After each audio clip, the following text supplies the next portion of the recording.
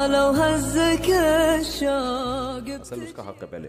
مفتی صاحب میں نے آپ کو بیان سن کر چوتھی شادی کی ہے لیکن میری بیوی نے میرا جینا حرام کر رکھا ہے. کہتی ہے میں کہاں آ گئی, میں کیا کروں.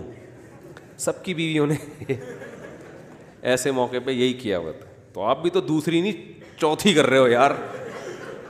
اب بھی وہ ہمارے, میں نے جب دوسری شادی کی نا, چلو اپنا ہی بتا دیتا ہوں یار, تو میں بہت ٹینشن میں آ گیا تھا نا. ظاہر ہے ریئیکشن ٹائٹ خاندانی قسم کا ریئیکشن ہوتا ہے. تو اتنی ٹینشن تھی کہ بس میں بتا نہیں سکتا. میں پورے واقعات بتاؤں گا تو سسرال والے بھی ناراض ہو سکتے ہیں نا. تو میں اپنے ایک بڑے استاذ کے پاس پہنچ گیا اس ٹینشن میں. میں نے کہا بہت بڑی مصیبت میں, چوڑے میں آ گیا ہوں میں, ٹائٹ والا. تو انہوں نے مجھ سے کہا ہوا کیا ہے. میں نے کہا دوسری شادی کی ہے. انہوں نے کہا پہلی میں کوئی خرابی تھی. میں نے کہا نہیں, اچھی بھلی میری ماشاء اللہ. کہنے پہلا سسرال کا سلوک غلط تھا. میں نے کہا نہیں بھائی ٹھیک ٹھاک اچھے لوگ ہیں. تو کہنے لگے پیسہ بہت زیادہ آ گیا تھا آپ کے پاس. میں نے کہا نہیں, نارمل جیسے ہوتا ہے لوگوں کے پاس. کہہ رہے ہم بیوقوف ہیں. ان کے ہی الفاظ ہیں, ان کے ہی الفاظ ہیں.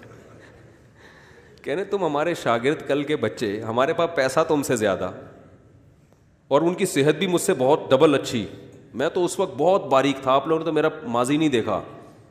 میں تو 2013 کے بعد تھوڑا سا میرا جسم پہ گوشت آیا, ورنہ تو میں ایسے باریک, پتلا نہیں باریک تھا. تو انہوں نے کہا اتنے باریک آدمی ہو تم, ہماری صحت بھی اچھی.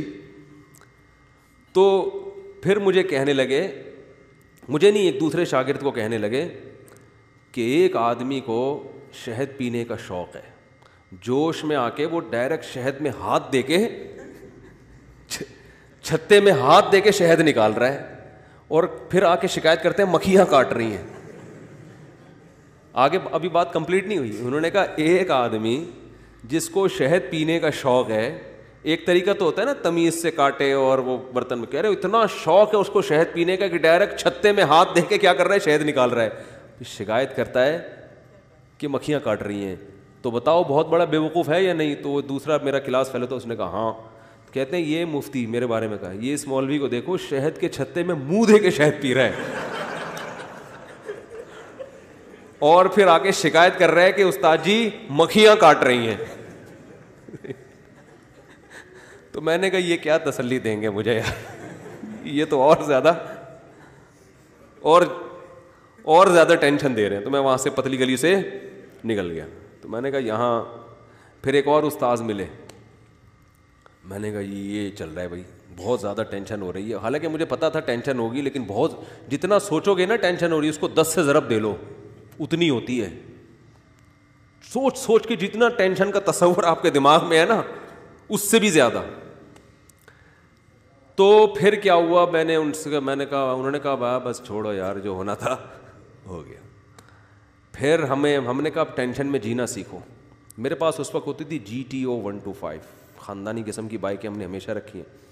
تو میں پھر نمبر پلیٹ والے کے پاس گیا, اس کے پیچھے لکھ دو موسٹ وانٹیڈ, کیونکہ میرے سسرال والے مجھے ایسے تلاش کر رہے تھے کہ جہاں ملے اس کو پکڑ کے پیٹنا ہے, طبیعت سے کوٹنا ہے اس کو, جان سے مارنے کی دھمکیاں اور بہت کچھ تھا. اور سسرال بھی میرا بہت پاورفل تھا, ایسا نہیں کمزور نہیں تھا سسرال. کیا تھا یہ زیادہ نہیں ڈیٹیل میں نہیں, ساری باتیں تھوڑی سب بتا دیں, ہاتھ پاؤں کٹوا دیں, ٹھیک ہے. تو پھر ہم نے تیسری کر لی. تو یہ تو ہوگا.